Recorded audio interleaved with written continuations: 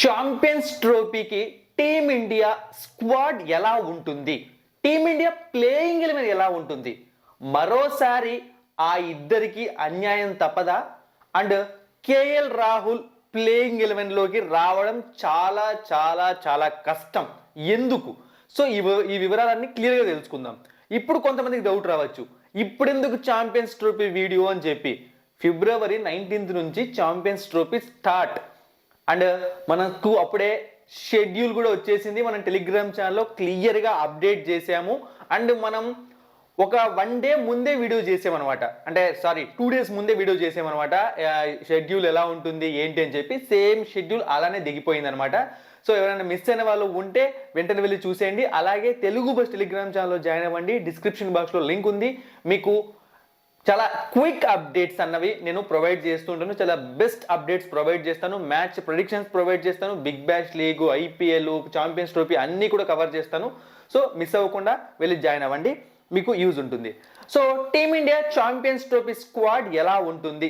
First అయితే ఒకటి confirm, Rohit Sharma మన కెప్టెన్. సో అది జరిగిపోతుంది. Rohit Sharma as a captain గా అడుగు పెడతాడు ఛాంపియన్స్ ట్రోఫీ 2025. అండ్ నాకున్న ఒక డౌట్ ఏంటి అంటే అదే లాస్ట్ కూడా అవ్వచ్చు అనమాట. అంటే నేను గెస్ చేస్తున్నాను అనమాట, రిటైర్మెంట్ ఇస్తాడేమో అని చెప్పి. చూద్దాం, అది వేరే విషయం. ఇక నెక్స్ట్ బ్యాట్స్మెన్స్ గా ఎవరుంటారు స్క్వాడ్ లో? సో శుభ్మన్ గిల్ ఖచ్చితంగా. ఇక నెక్స్ట్ విరాట్ కోహ్లీ, తర్వాత శ్రేయస్ అయ్యర్, ఇక నెక్స్ట్ కేఎల్ రాహుల్ బ్యాట్స్మెన్స్ గా. సో ఇప్పుడు కొంతమందికి డౌట్ వస్తుంది, యశస్వి జైస్వాల్ ఎక్కడా అని చెప్పి. సో నో అనమాట, impossible thing. Yashasvi Jaiswal team India squad లోకి ఎంటర్ కాలేడు. రిజర్వ్ ప్లేయర్స్ లిస్ట్ లోకి వస్తాడు కానీ స్క్వాడ్ లోకి ఎంటర్ అవ్వలేడు. దానికి కారణం ఏంటి అంటే one day format, white ball format, one day format లో టీమిండియాకు ఓపెనర్స్ గా రోహిత్ శర్మ, శుభ్మన్ గిల్ నే చూస్తుంది బీసీసీఐ. యశస్వి జైస్వాల్ ను T20 ఫార్మాట్ అండ్ అలాగే టెస్ట్ ఫార్మాట్ కి ఇంకా ఇప్పటి వరకు అయితే చూసుకుంటుంది అనమాట. Maybe next Rohit Sharma retirement అయ్యాక అప్పుడు తను డైరెక్ట్ గా ప్లేయింగ్ ఎలెవెన్ లోకి వచ్చేస్తాడు డైరెక్ట్ గా, నో ఇష్యూస్. అప్పుడు ఇంకా అది ఎవరు ఆపలేరు ఇంకా. సో యశస్వి జైస్వాల్ అయితే రాడు అనిపిస్తుంది నాకైతే. ఇక నెక్స్ట్ వికెట్ కీపర్స్ ఎవరు?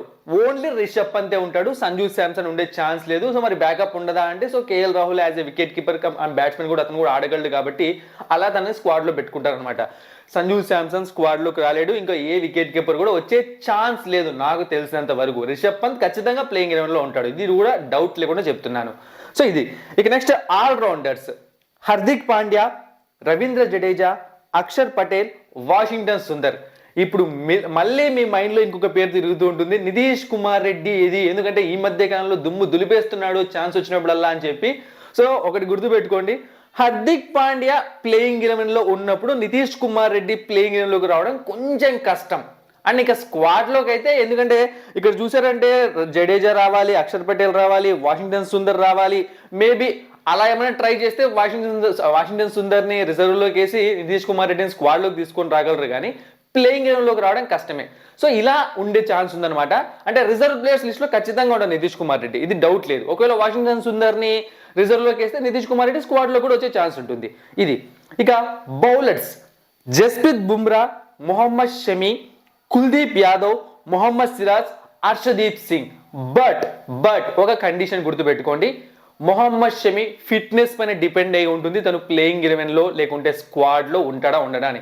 స్క్వాడ్ లో ఉన్నాడు అంటే తప్పకుండా ప్లేయింగ్ ఎలెవెన్ లో ఉంటాడు, ఎందుకంటే తను ఇంకా పూర్తి ఫిట్నెస్ లోకి రాలేదు అని చెప్పి అఫీషియల్ గా బీసీసీ అనౌన్స్ చేసింది అనమాట. అందుకే బార్డర్ గవాస్కర్ ట్రోఫీ కూడా మేము పంపించట్లేదు అని చెప్పింది. సో మీరు చూశారు అంటే పెద్ద గ్యాప్ ఏం లేదు, ఇక జనవరి వచ్చేసింది, ఇంకా 3-4 days అంతే. సో దాని ప్రకారం చూసుకున్నాము అంటే ఇంకా 1 month లేదా 40 days అనుకోండి, 40 days ఉంది ఛాంపియన్స్ ట్రోఫీకి. సో అంతలోపు తను ఫిట్నెస్ సాధించాలి. ఎవరు సాధిస్తారు ఎవరు సాధించారో చెప్పడం చాలా కష్టం అనమాట. ఫాస్ట్ బౌలర్స్ ఫిట్నెస్ ఇష్యూస్ చాలా చాలా ప్రాబ్లమాటిక్ గా ఉంటాయి. సో ఇలా చూసుకున్నామంటే షమి ఉంటాడు స్క్వాడ్ లో ఫిట్ గా ఉంటేనే, లేదంటే హర్షిత్ రాణా స్క్వాడ్ లోకి వచ్చే ఛాన్స్ ఉంటుంది. ఇక రిజర్వ్ ప్లేయర్స్ ఎవరు? So Nitish Kumar Reddy, Riyan Parag, Yashasvi Jaiswal and Harshit Rana. చెప్పే కదా, డిపెండ్స్ ఆన్ షమి అనమాట. దాన్ని బట్టి హర్షిత్ రాణా రిజర్వ్ లో అయినా స్క్వాడ్ లో అయినా ఉంటాడా లేదన్నది డిపెండ్ అయి ఉంటుంది. ఇది పరిస్థితి టీమిండియా యొక్క స్క్వాడ్ది. మరి టీమిండియా ప్లేయింగ్ ఎలెవెన్ ఎలా ఉంటుంది?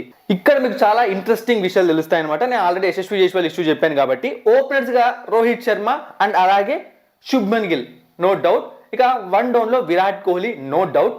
ఇక తర్వాత శ్రేయస్ అయ్యర్ టీంలో ఉంటాడా కేఎల్ రాహుల్? అంటే కేఎల్ రాహుల్ టీంలో ఉంటే పొజిషన్ మారుతుంది, కానీ ఇక్కడ కంపేర్ చేసింది శ్రేయస్ అయ్యర్ కేఎల్ రాహుల్కే. ఏమవుతోంది అంటే సూర్యకుమార్ యాదవ్ అయితే రాడండి. మీరు మళ్ళీ సూర్యకుమార్ యాదవ్ పేరు ఏమైనా గుర్తు తెచ్చుకుంటున్నారేమో. సూర్యకుమార్ యాదవ్ని వన్ డే ఫార్మాట్ ఈ ఛాంపియన్స్ ట్రోఫీకి ఏమంటారు వాళ్ళు ఆలోచించారు, T20 ఫార్మాట్కి సెట్ చేసేస్తారనమాట. So Shreyas Iyer present form మీరు మన టెలిగ్రామ్ ఛానల్లో చూస్తున్నారు అంటే నేను అతను స్కోర్స్ అప్డేట్ చేస్తున్నాను. అది ఏ ట్రోఫీ అయినా సరే, సయ్యద్ ముస్తఫా అలీ ట్రోఫీ అయినా, విజయ్ హజారే ట్రోఫీ అయినా, ఎలా ఆడుతున్నాడంటే వామ్మో మామూలు ఆట కాదు అది. పిచ్చా కొట్టుడు కొడుతున్నాడు.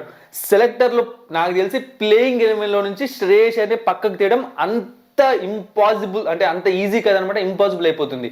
సో కేఎల్ రాహుల్తో కంపేర్ చేస్తే ప్రెసెంట్ ఉన్న ఫామ్, అంటే కేఎల్ రాహుల్ టెస్ట్ ఆడుతున్నాడు, కానీ వైట్ బాల్ ఫార్మాట్ పరంగా చూసుకున్నామంటే శ్రేయస్ అయ్యర్ ఆ ప్లేస్ నంబర్ 4 అనేది చాలా ఇంపార్టెంట్ ప్లేస్ అనమాట. శ్రేయస్ అయ్యర్ ప్లేస్ అది. సో అందుకే తననే ప్లేయింగ్ 11లో ఉంచే అవకాశం ఉంది. కేఎల్ రాహుల్కి హ్యాండ్ ఇవ్వచ్చు అనమాట, ఛాన్సెస్ ఆర్ దేర్.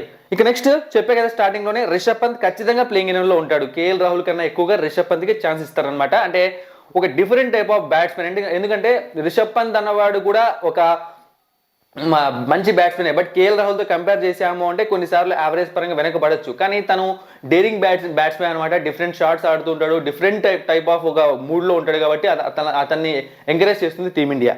ఇక నెక్స్ట్ హార్దిక్ పాండ్యా యాజ్ యూజువల్గా టీంలో ఉంటాడు. ఇక రవీంద్ర జడేజా లేదా అక్షర్ పటేల్ ఇద్దరు ఎవరిని పెట్టుకుంటారు, సో ఎవరికి ఇంపార్టెన్స్ ఇస్తారు అన్నది రవీంద్ర జడేజా ఫామ్ పైన డిపెండ్ అయి ఉంటుంది. ఎందుకంటే అక్షర్ పటేల్కి ఇంతవరకు ఎప్పుడు ఛాన్స్ ఇచ్చినా 99.9% ప్రూవ్ చేసుకున్నాడు. రవీంద్ర జడేజా కూడా మ్యాచ్ విన్నర్. ఐసీసీ టోర్నీలో తన వైపు ఎక్కువగా వెళ్ళే ఛాన్స్ ఉంటుంది టీమిండియా మేనేజ్మెంట్. ఇక నెక్స్ట్ చూసాము అంటే Kuldeep Yadav as a main స్పిన్నర్గా. ఇక మొహమ్మద్ షమి, మళ్ళీ చెప్తున్నాను ఫిట్నెస్, ఫిట్ ఇఫ్ హీఈస్ ఫిట్గా ఉంటే ప్లేయింగ్ 11లో ఉంటాడు. ఇక నెక్స్ట్ జస్ప్రీత్ బుమ్రా, ఇక తర్వాత మొహమ్మద్ సిరాజ్. సో ఈ విధంగా, లేదా సారీ ఇక్కడ ఇంకొక విషయం చెప్పాలి, మొహమ్మద్ సిరాజ్ కన్నా ఎక్కువగా హర్షదీప్ సింగ్ ఎక్కువగా ఛాన్సెస్ ఉంటాయి. Sorry, so Harshdeep Singh first place, తర్వాత మొహమ్మద్ సిరాజ్. సో హర్షదీప్ సింగ్ ఎక్కువ ఛాన్స్లు ఇస్తారనమాట. టెస్ట్ ఫార్మాట్ అయితే సిరాజ్కి ఇస్తారు, వైట్ బాల్ ఫార్మాట్ అయితే మనకు హర్షదీప్ సింగ్ ఇస్తారు. మరి T20 ఫార్మాట్ అయితే ఖచ్చితంగా ఉంటాడు Harshdeep Singh. So one day format కాబట్టి ఇద్దరి మధ్య కొంచెం పోటీ ఉండే ఛాన్స్ ఉంది. సో ఈ విధంగా టీమిండియా ప్లేయింగ్ 11 ఉండే అవకాశం ఉంటుంది ఛాంపియన్స్ ట్రోఫీకి. సో ఇది జస్ట్ మనం ముందుగానే అనలైజ్ చేస్తున్న, అంటే అనాలిసిస్ కానీ అనలైజ్ అనొచ్చు, లేకుంటే ప్రెడిక్ట్ అనొచ్చు, ప్రాబబుల్ అనొచ్చు, ఆ విధంగా చెప్తున్న ప్లేయింగ్ 11 అండ్ ఆ విధంగా చెప్తున్న స్క్వాడ్. సో మరి మెయిన్ స్క్వాడ్లో ఏ చేంజెస్ జరిగితే బాగుంటుంది, ఎలాంటి ప్లేయింగ్ 11 ఉంటే బాగుంటుందో మీరు కామెంట్ సెక్షన్లో కామెంట్ చేయండి. Thank you for watching and supporting మీ. మరిన్ని ఇంట్రెస్టింగ్ వీడియోస్ కోసం సబ్స్క్రైబ్ చేయడం మర్చిపోకండి.